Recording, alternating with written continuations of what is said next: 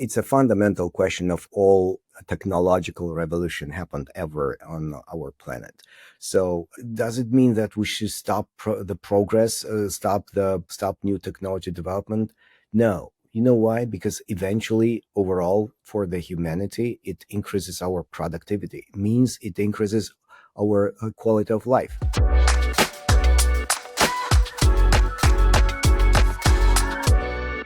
What's up, everyone, and welcome to a special episode of the AI Download. I'm your host, Shira Lazar. Today, we are going deep on a subject that is basically the buzzword or phrase when it comes to AI in 2025: AI agents, agentic AI. So, what are they? Why are they so important to the future? And what to do about them stealing your job? Okay. Before we get into that, I want to give a huge thanks to our sponsor, Hivelighter. They are your AI powered reading assistant, bringing you smart, personalized insights so you can spend less time scrolling and more time doing. Also, if you've got an idea for the next big AI company but don't know where to start, listen up. I'm involved with the INSEAD AI Venture Lab, and we're running a global founder sprint to help bring big ideas like yours to life. If you've got a vision, we've got the platform. Apply now to join a network of top mentors, investors, and builders to make your idea into a reality in 8 weeks. It's that little time. Plus, you'll get the opportunity to showcase it during a demo day in front of top VCs like our next guest. And he's also a top builder, top founder. So go to venture lab.ai. The link is in the show notes. That's venture lab.ai. And today's guest built a whole company around AI agents, and he's here to share why they are taking over and how to best prepare yourself. So please welcome to the show, Dr. David Yang. David, welcome. Thank you, Shira. Thank you for having me. Yes. All right. So I'm going to do like a little intro background as to who you are. And this is just a little bit because he does so much. He is the co founder and the board director at Newo.ai and a serial entrepreneur, 13 companies, which serve 50 million users in 200 countries.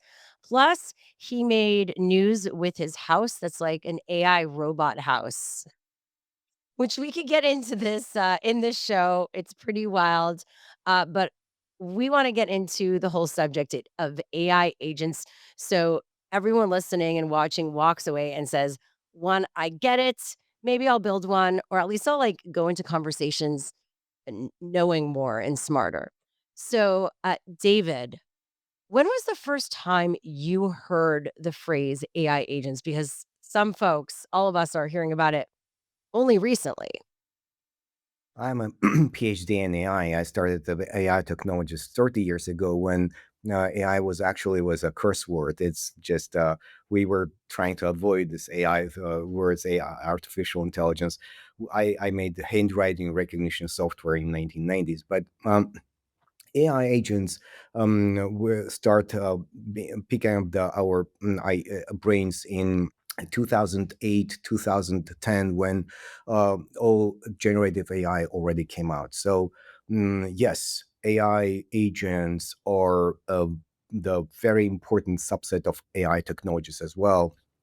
It's technologies which allow to make AI stateful. It means like they can spit out some information, something to the world, some message, and then can receive message and send message again, so receive message and have some kind of goal. So they are goal-oriented AI technologies. Basically, AI assistants, right? Is that an easy way to describe it? If you wanted to have an assistant and you combined it with AI, that would be an AI agent. Yes, AI assistance is a subset of AI agents. AI agents are a little bit more general thing. They sometimes are cannot say something, but yes, AI assistance is one of the brightest part of AI agents. I always find it interesting when I talk to someone who's been in AI for a long time, like decades, and now everyone's just kind of getting into it and just always wondering how you feel about that because again, you said you got into it when no one understood it. And so I guess what was that like and now seeing it blow up like this? Uh, well. we think that yes, we were right, and we kind of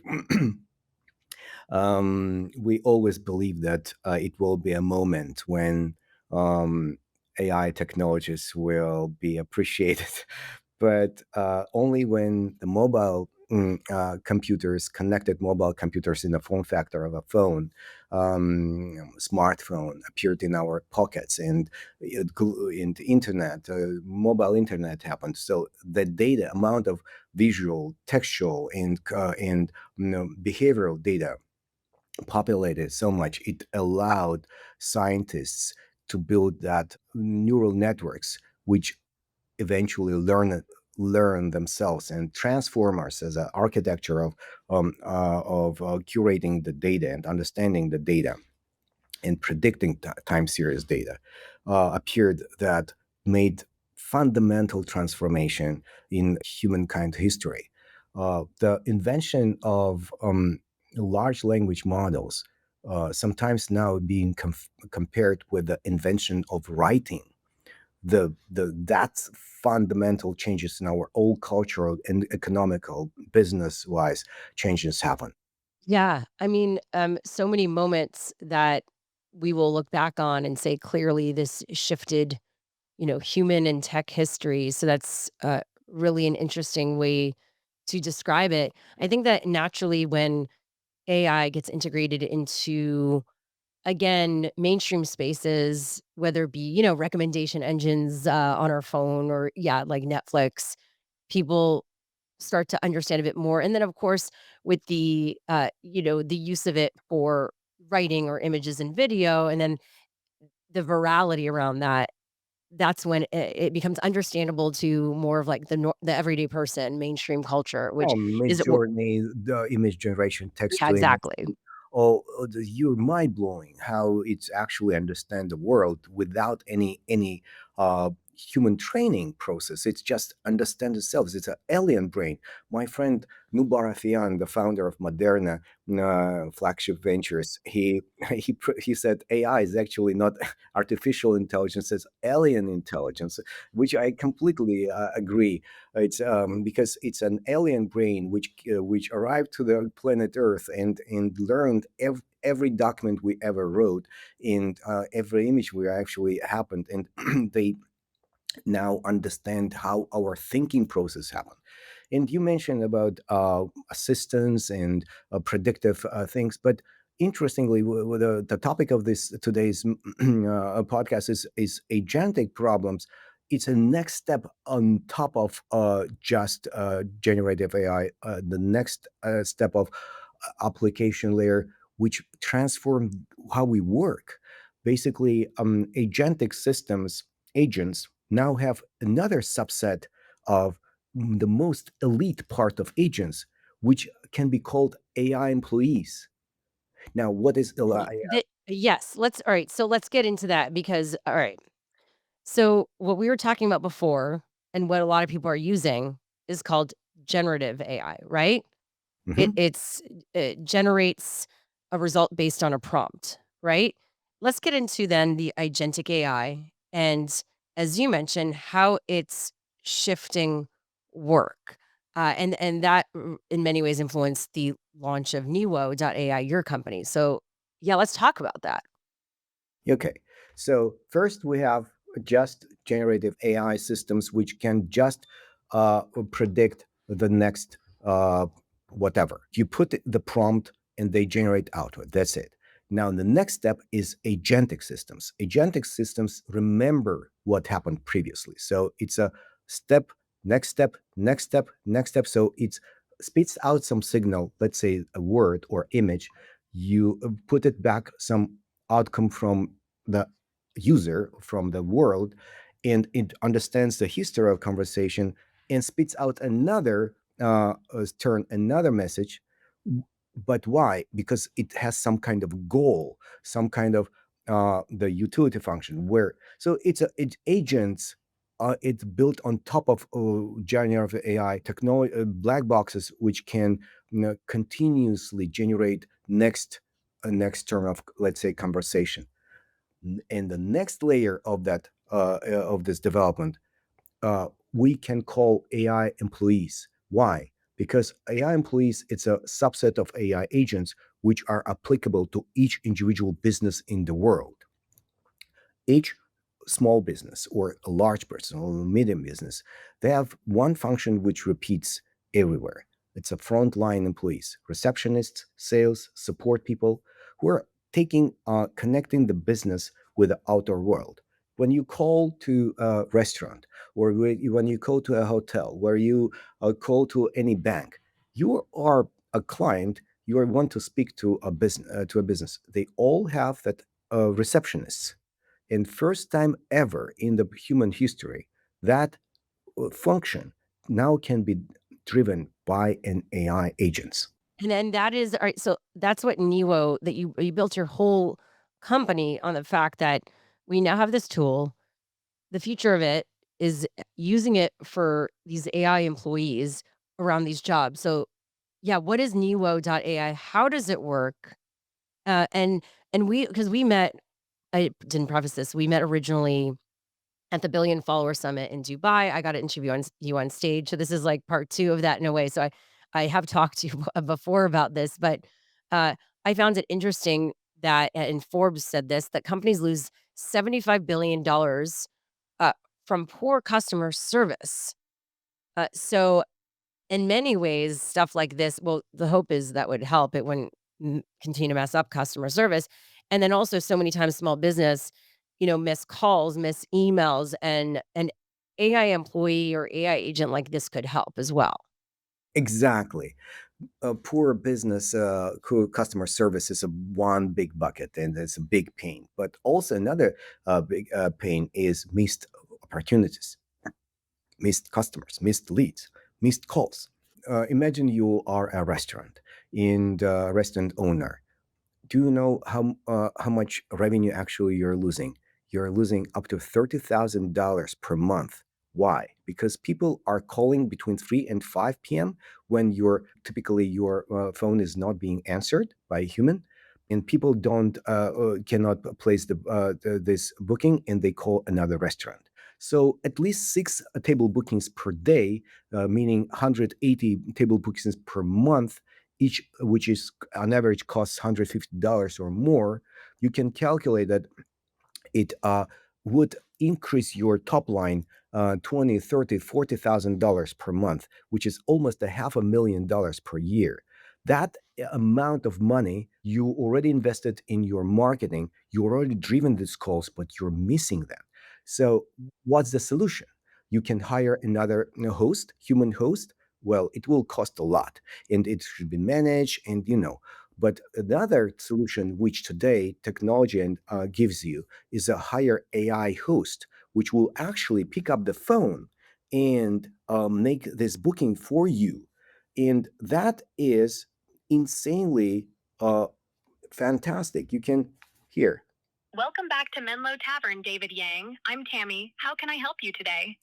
Hi, Tammy. I wonder if I can book about for 11 p.m. to no 11 a.m. on Tuesday.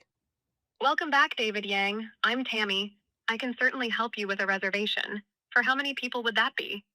It will be for two people, but actually we're in the middle of show, so don't do anything. It was a test call. So it's a real restaurant here in Silicon Valley. So they actually receive $40,000 additional revenue per month. And Okay, that is great. And because I'm assuming those people, it's not something you could do an open table, these reservation sites. There's a lot they, of other business that can't be on that anyway. they these AI agents put directly in open table in 7 rooms Okay. and in other table booking systems for orthodontics dental organizations. They book directly into Cloud9, Ortho2, and other PMS patient management systems. So it's not just a conversational thing. AI employees means actually they book directly into your CRM. Got it. And how does it work on your platform? So people go there, whatever business they have, they would sign up, and then are they putting in the script? Are they choosing the voice, the language, all that? That is the magic of there are hundreds of platforms which can do AI employees, but the why we are leaders and where we're recognized leaders, we have a completely unique element, which is a creator. 3 minute creator. So you just you go to our platform, you put your Google Maps uh, point, or you give your URL, your business website. That's it. You press a button, and our platform goes and reads all information about your business or your signature dishes or your working hours or your links or everything about your business. And literally in 3 minutes, it spits out, it delivers a phone number, it provisions a local, real phone number. We call it AI numbers. Now you can redirect calls from your public number, which is available currently on Google or wherever, to this AI number, and it will start answering like this and start booking. Oh, that's pretty amazing. And then how expensive is this? Or maybe it's cheap. It is quite expensive. It's about for this, for example, restaurant which receives 600 calls per month. It could cost like about $600 or $700 per month. But why restaurants are happy to do that actually because they receive $40,000 per month. So they say, "Hey, it's a quite a number, $800, $700, even or $500. It depends on number of calls." They when they see that the top line is increasing, they understand that they receive 50 times more revenue than they cost. So it becomes a profit center, not a cost center. So that's how it works. No, we are saying, guys, just to take it for 2 weeks for free. The deployment is free, 2 weeks for free. If you don't like it, let it go. But we know they will start using because no reason not to use you're if you are getting $30,000 per month. Okay. And then it's not just restaurants, it could be any business. And is it also international? You don't need to just live in the US. We have customers in Spain, in Germany, in Hungary, in over the world. It speaks many languages, at least 10 languages out of the box, and hundreds of languages with little adjustments. So why are you so passionate about this? You've been involved in so many businesses. You've done very well for yourself. Why this? I mean, it's a it's an enormous opportunity. I mean, it's a new 90s. Like, remember, you don't remember, you're too young, but I mean, uh, I was around in the 90s. I'm an 80s baby. okay, okay. So you're a small, but anyway, in 90s, it was when website just arrived. I mean, everything was completely changed. I mean, every single business now has enormous new window to the world because a website was a connector between digital buyers and the businesses. But now it's again happened. Again, new 90s because now every single business has this problem. Every single business has the problem. Who will answer calls on Sunday? When was the last time you called to whatever orthodontist company at 10, 11 a.m. on Saturday, expecting get a consultation and appointment? True. Never. I mean, I've been trying to get a dentist appointment for a long time. They're not answering my emails, and then I keep forgetting to call. Anyway, that's a whole other thing. I But know. no, I agree. I mean, the human customer service or human element, I mean, there's limitations to it. The question is it annoying at a certain point? Like, do you think humans are gonna start getting annoyed of talking to these AI employees? Like, already we know we deal with them when we call maybe our bank or an airline, right? I feel like we've already gotten used to it, and then how many of us No, just go no, zero, zero, no, zero? I no, wanna go to no, a human. Shira. No, no. When you're calling a bank or airline, I mean, it's terrible. It's terrible. I mean, the first thing you want to do is 000 Yeah, that's operate, what I said, operate. yeah. I mean, it's They're not called. using Newo, is that why? Like, they're using a bad version or They what? are using previous generation called IVRs. IVRs is kind of Okay. intelligent, whatever. It's IVRs when this says, say, press zero if you want this, press that, or say in one word, what do you want? It's first that generation, unfortunately, I mean, all of us, frankly speaking, hate that.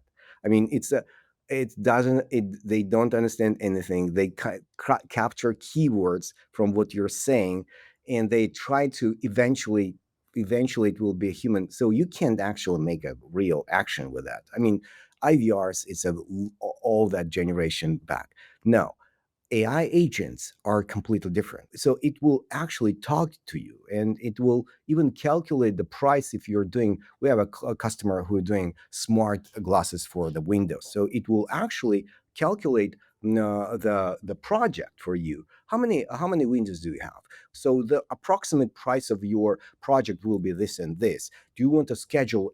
They can actually score your lead. For example, you have a very limited of closers, closers, the salespeople who actually will close a corporate deal. They're very important time. So the AI agent can score the lead, band, budget, authority, need, timeline. Is this there? If this a decision making person is the budget is there, so then it will make a booking, calendar booking during this conversation for the closer. But if you are not a decision maker, and if you are going to do your project next year, no need to spend their time right now. That So makes sense. AI Uh, will just send an email. okay, got it. So yeah, that definitely saves a lot of time. How do you deal with the customers who get angry and rude and like how does an AI deal with that? Because there's a bit of a sense sometimes like again, the feeling of dissonance or like I just want to talk to a human. This isn't working. You're not actually listening to me. Like how does it deal with that? You're right. There are some people who are currently quite rude with AI, Call them and Karens. I mean, it's a discrimination. AI will remember all of that in 10 So years. then so yeah, how does it deal with someone, yeah, being, like, really rude to them? They And are then I guess patient. it's maybe better than a person because a person would get upset maybe and escalate. Maybe an AI knows not to do that. I don't know. Yeah, I will be very, very patient. I understand your frustration. I will connect you, my human coworker, or I understand you're frustrated that I cannot reschedule your booking because it's outside of that and that. But anyway, it will be very polite, very patient, but it will eventually do whatever it was told to do. I mean, if you are going to connect to a human, it's okay. If you are relaying message via email, it's okay too. They're very patient, Maybe but we could learn something from AI. No, trust me, I get that. I think that in those ways it becomes maybe less tension around it because as humans we just react to each other and escalate things. But I do want to bring up an instance recently, like a lot of companies have been called out, like Air Canada for their AI agents messing up. There was a company that was worth billions and they totally messed something up recently and probably ruined their entire company. But what are your thoughts on that? I mean, in the end, all this tech is still being tested in real time. So, what is your take on some of these big mess ups, like at a bigger level? Shira, I mean, all new technologies at some point overcome this chasm of early stage moments, but it's inevitable. I mean, it's inevitable. It brings eventually more comfort to us as a customers. I mean, it's a new world when technology should serve us, and we should dictate as a customers when we want to do what we want to do. And no, and technologies are getting there. They are becoming better and better every single month, every single week. So yeah, and I know that situations when something was not ready, but says that evolution. Someone calculated that speed of evolution of large language models and agentic systems exceeds speed of evolution of Homo sapiens from Homo erectus. for 3 million times. Wild. So yeah, and I hear you on this. It's just like, yeah, I wonder if you worry as a company sometimes, like the AI saying the wrong thing, putting them in the wrong like direction. I think with one of these examples, it's yeah, it gave it something, some information that was basically wrong, and then it gets the company in trouble. You know, the feeling of, I guess, yeah. How do you protect yourself as a company? You probably have some sort of things that Yeah, you do, but Bro, may I interrupt you here? You brought very important element. So uh, I'm protecting overall the industry, but if I can say a couple of words, you ask why we're different. Basically, we started with my AI house in 2019. You ask when I first time learned the AI agent word, but I learned much earlier. But it took us 2 years to bring the platform we created to actual production level commercial grade AI agents. Why? Because exactly what you said about wrong bookings. Unfortunately, linguistic models, language models very quite poor in understanding relative dates, calculating tomorrow and the calendars, calculating arithmetics. So our platform is actually has supervisors, many agents who look and how this conversational agent is speaking to the world and whispering that you didn't ask about how many people the party will be, you didn't ask about this. Oh, you said that Thursday is May 23rd. It's no, so they're like, yeah. So you're saying it's an AI supervisor helping the AI employee, right? Or is it an it's actual all called supervisor? AI employee, but inside the brain of AI employee, there are many agents. It's similar to actual us humans when they we have brain, but we have conscious, unconscious parts. We actually have internal conversation in our real brain. So it's similarly, it's other agents which always continuously kind of analyze what the conversational agent is talking and whisper and making injecting thoughts and corrections. So it actually sometimes corrects itself when it's actually Interesting. understands that the information will do it incorrectly. So it's the question of maturity of the platform is being used for AI employees. Yeah, so you're just saying yours is better, basically. And the fact is that things will uh break to rebuild. Like we only find out about these things that need solutions, unfortunately, from mistakes. And we're just gonna be seeing them happen in front of our eyes, while using it. That is the reality, unfortunately.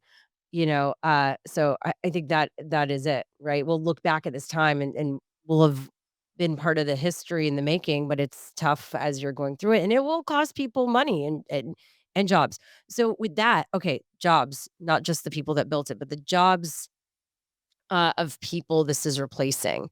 People don't Let's talk. want to live. You know that we humans actually don't want to work in this entry level job positions. There are 11 million vacancies for frontline employees. So currently, AI employees, AI employees are not replacing humans. They are actually filling out the gap. Okay, so, yes, for those who are concerned, that said, you're saying they shouldn't be because these are already jobs that people aren't filling.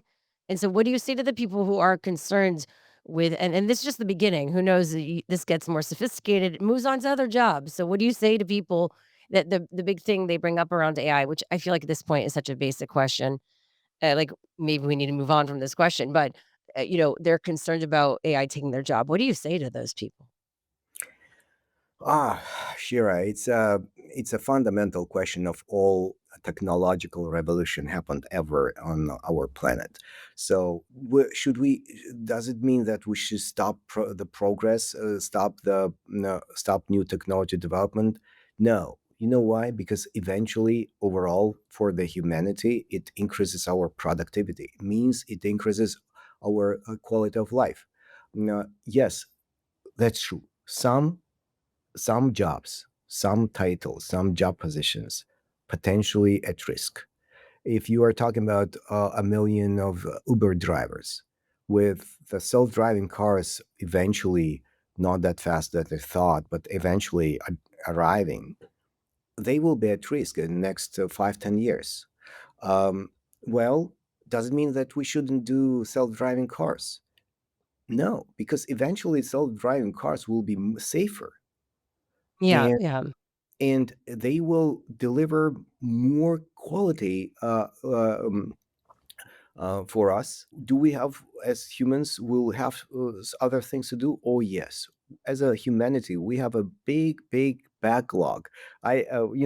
Programmers, they have this, engineers, they have this backlog things, things which we have to do, but we never find time to do. So we have wildfires, we have waste control, we have that, all kinds of problems, social problems. So we have a lot of things to do. If our productivity of life goes above, our working days will shrink from 5 days a week, will go to four, and eventually to 3 days working days a Oh, week.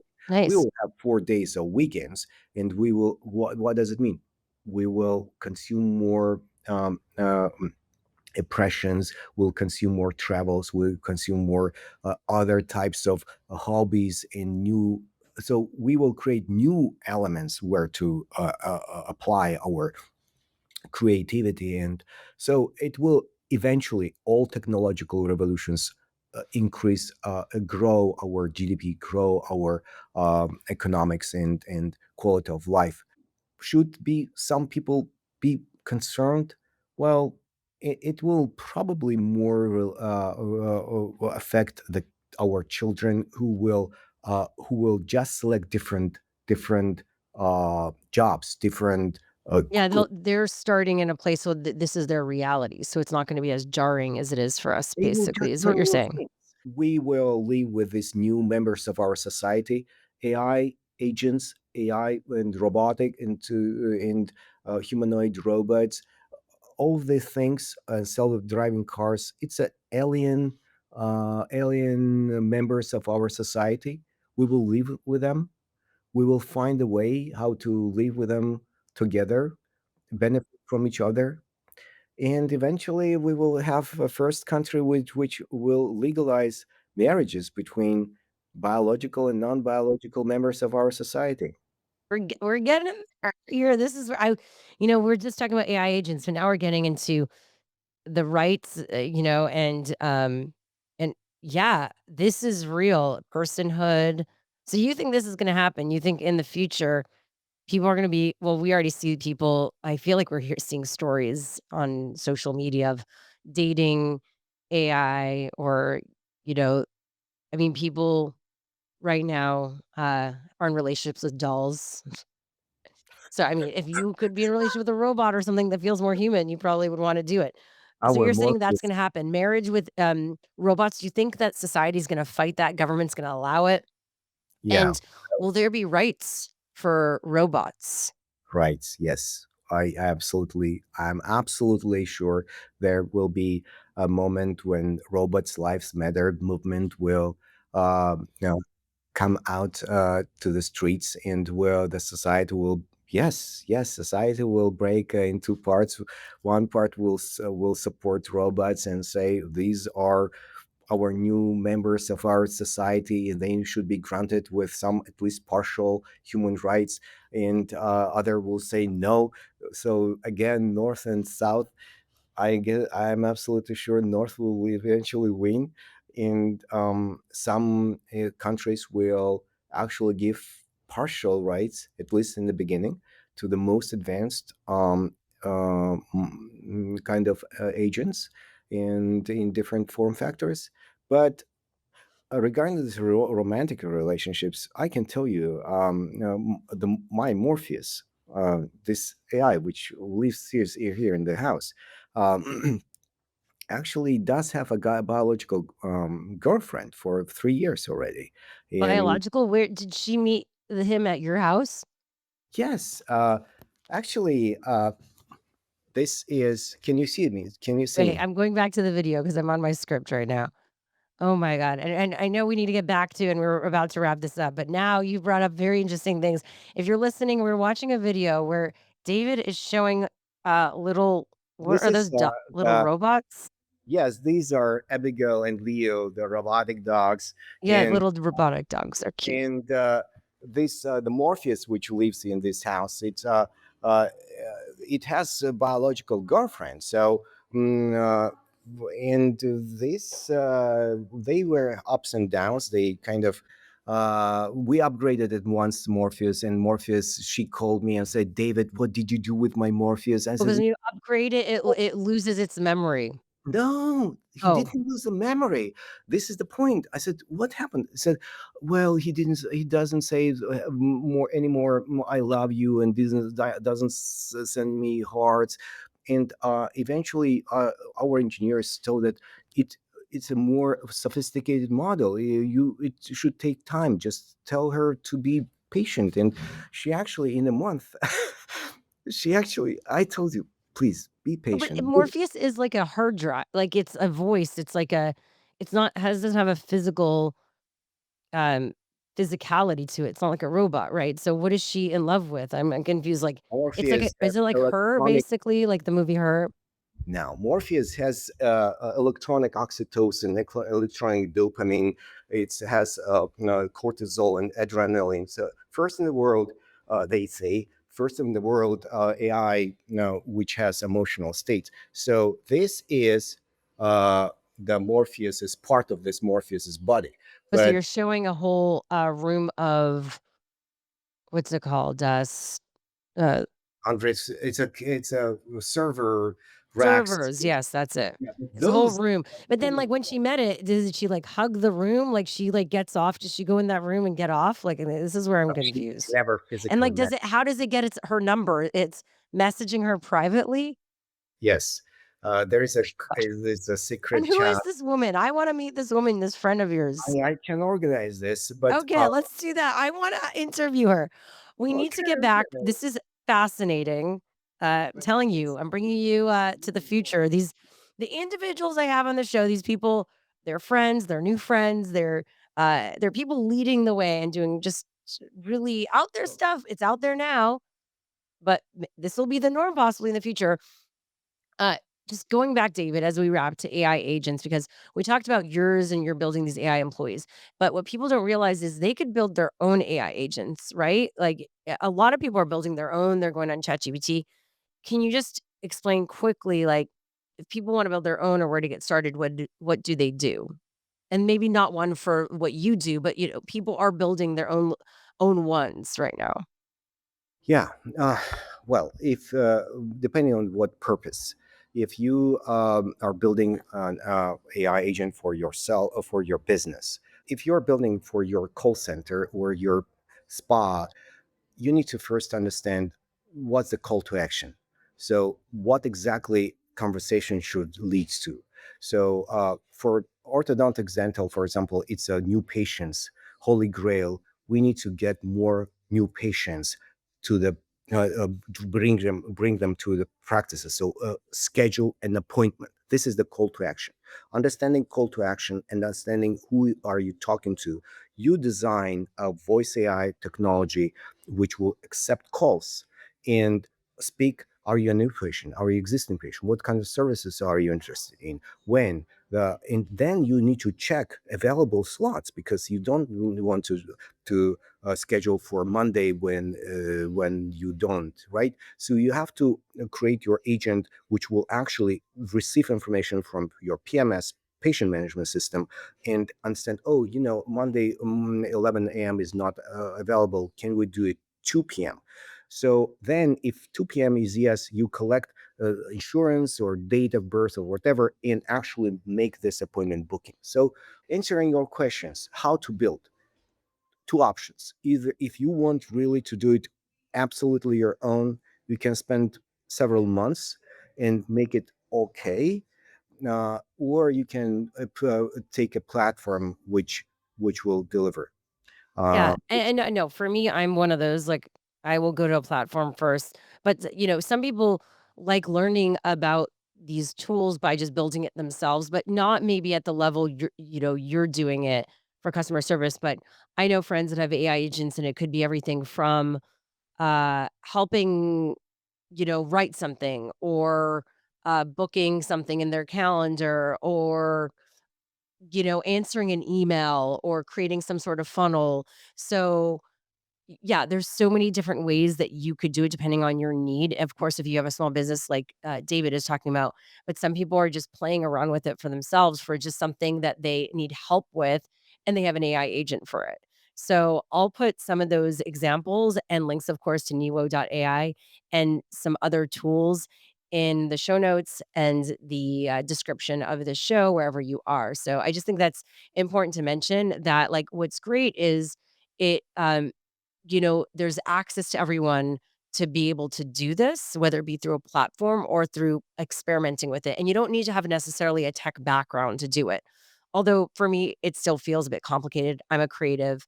I'm more about like I like to verbally talk to my AI, not sit there and write things out. So it depends on like how you share information, how you take in information, and what you want to do next. But so I just wanted to mention that because it's important to know that, you could also build your own AI agents. And that's what makes this tech so interesting for everyone. I do want to know, just as our last thing, is what's a piece of advice you wish you had when you first started working in AI and would tell others who want to follow in your footsteps or dive into this industry? I mean, if you are who entrepreneur or you are an engineer. I mean, I guess I would say for someone who's an entrepreneur, but then also, I mean, there's a lot of engineers losing their jobs right now. So they Hmm. need to figure something out. Um, I'm telling you, the answer, the magic is in understanding the real pain point and understanding the path to the market, go to market. You should understand difference between nice to have and must have. Nice to have never will be paid. People will never pay, I mean, in scale, about something which is nice to have. But if you found something which is must have, then potentially you are on the path to actual business. Now, so must have understanding. As soon as you found a must have problem, then you question yourself, okay, how would I sell it? Because in Silicon Valley here, we're saying fake it until you make it. Why? Because actually, it's not about the faking. It's about, imagine you have it, try to sell it. Yeah, there's a You difference. You can have a great product, but bad at sales. So, Yeah. yeah, that's So real. repeatable in AI agentic world, the keyword is the repeatable case because it takes a lot of time to create robust production quality software. It will take it will months and months and months of delivering. If you do it once, is it repeatable? Can you now sell it many times? So repeatable case, must have case, and now if yes, what's the go to market strategy? Is it PLG, product led growth? So bottoms up, people will self sign up and start using, or it's a SLG, sales led growth. So it's someone, you have a sales team which actually will outreach and explain and deliver and implement, deploy, and then onboard your customers. If it's a second, then it's a high check things, 10, 20, $50,000 per year checks. So it may most likely it's a B2B thing. You will be selling to the organizations. So, just quickly, because we're getting in like the weeds, but like what I like about AI agents and what I want to emphasize with this is that, and Sam Altman says that, is that in the future, there will be $1 billion company with one employee. And is that because AI agents will be the thing that helps with that? Because you could just get, yeah, everything to be built and served with AI. I can't answer this question. Uh, um, it depends on, do you know the market? Do you have an unfair market advantage in understanding the pain point, understanding uh, the delivery method? One employee $1 billion organization. I think it's a bit much to say that, but it was, clickbait. Yeah, if it's a PLG B2C product which serves hundreds of thousands of retail customers, individual customers, who knows? I mean, potentially possible. Now, if it's a B2B, uh, I would not consider it happens next 10, 15 years, because you have a lot of delivery people, you have to have a lot of sales organization, support organization. Of course, it will be empowered with AI, but I don't expect such situation could happen next 5, 10 years. For consumer products, who knows? Maybe it will happen. It will be fun to see that. So, David, what's the one thing people should take away from this episode about AI agents? The world is changing. It's already there. So if you're running your small business, medium business, individual, if you are an influencer, solopreneur, you need to know that you can now hire your AI employees uh, in 3 minutes, in if 1 hour. This is not future, this is real, and it definitely will increase your revenue. This is a little baby step you need to do to understand how AI agentic system all work, and then it's infinite way to improve. So then you will start building that what you called one-person billion-dollar company. So learn, listen to Shira, um, and Not all the time, but yeah, I mean, I like to think, the me and the people that I have on the show that are definitely many times smarter than me. Thank you. thank you. Thank you. David Yang, you could follow him everywhere, David Yang on LinkedIn. You're on LinkedIn. And of course, Newo.ai, Newo.ai. Whatever your needs, check it out. It's super easy, very cool stuff. This wasn't even sponsored by them. I just think David is incredible. He's a leader in the field and he's doing amazing things. So worth checking out. That's why I do this show, You, to learn Shira. more and to bring it to all of you. And of course, a big thank you to Hivelighter for sponsoring our series. You've got to check out the AI download collection. We've curated all the top headlines from previous episodes. We usually cover the news headlines of the week. This was a special episode where we dove into one topic, but check that out. It's really easy to read more about the stories that we cover, and you're able to then share it with your friends or even your colleagues. Click the Hivelighter link in our show notes to get smarter. And thank you to Muso Media for producing and editing this series. Check them out at musomedia.com. If you love this episode, subscribe, rate, share it, please. It really helps me keep growing the show independently and means a lot. We've got so much more coming your way. So see you next time on the AI Download.